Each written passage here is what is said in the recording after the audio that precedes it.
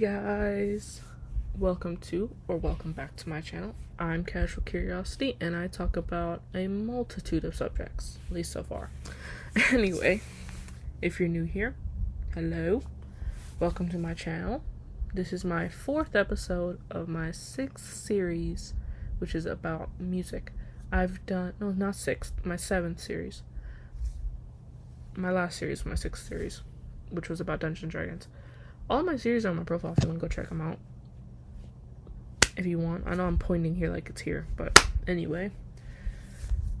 If you're new here, I would suggest subscribing maybe if you like my channel, if you like this video.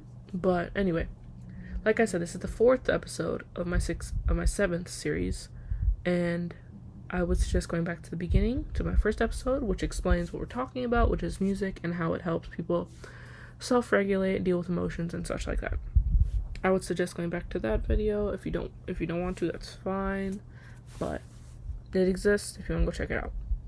Anyway, in this episode, just our final episode of the series, I will be recapping everything, putting it all together, and talking about how you can actually use music in your daily life. And then for new viewers, all my stuff is over here, all on the side. And I cross-reference it as I'm talking. Just have points that I can build off of. Anyway, recapping what music's role is. Music supports emotional regulation, how you feel, focus and productivity, how you work, connection and identity, how you can relate to others.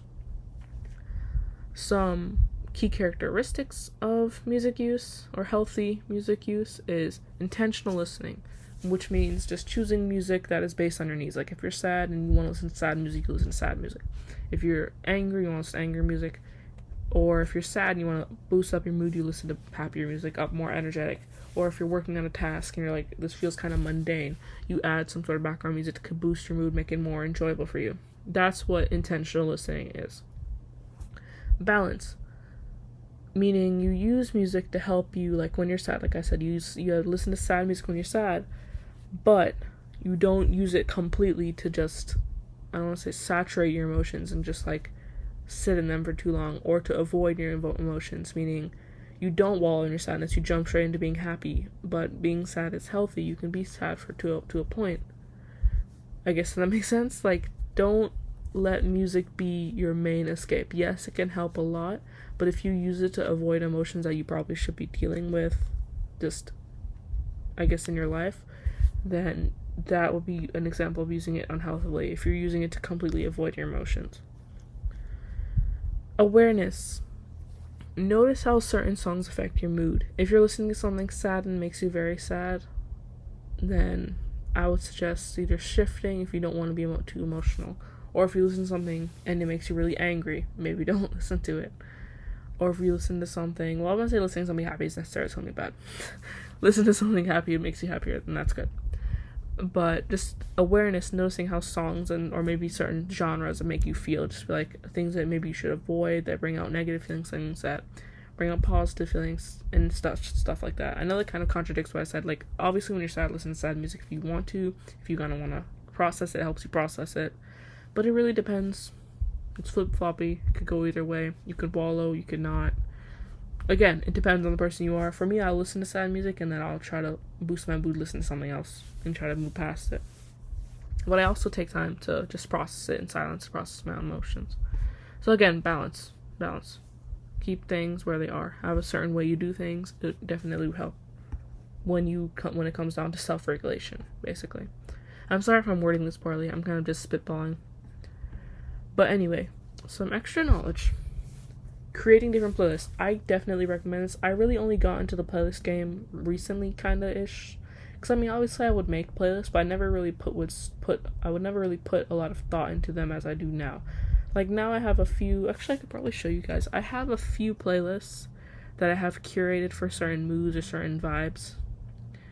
So, let me see if I can have, my playlists are kind of put in an aesthetic manner, but like, and I would never show my phone on the channel before, but I have a few. I know it's inverted for you guys, but like, I have a playlist for happy music, I have a playlist for sad music, I have a playlist for old music that I would revisit from time to time. You know, it's good to have it curated in a way. Using music as a reset. when you're overwhelmed. I feel like that's very, very useful. I know it semi-contradicts what I said, but like, music definitely helps you when you're really, really feeling it and you're really, really upset. Sometimes just listening to a nice tune that reminds you of like a nice memory or something happy or something hype that kind of that shifts your mood into something else. Taking breaks from music when you need quiet. I have been one of those people where I listen to too much music and music just gives me a headache. So taking breaks when needed is definitely recommended, especially so that you don't get, I guess, saturated from all the music consumption. Of course, music is good, but if you consume too much of it, it can maybe get tiring for your brain. You just need silence, or you need just like white noise or rain or waves without having some musical note to it. Like, sometimes music can become a headache in itself. So just make sure you know when you need quiet and need silence, just to regulate yourself on that. And then exploring new genres when you want to expand your taste and perspective. I highly recommend exploring new genres. Like, you'll touch base with like music that you never thought you would enjoy. Like me personally, I personally like a lot of indie rock, indie pop, garage rock. But I also like pop. What was that? I don't know what that was. I don't know if you guys saw that, but I saw that.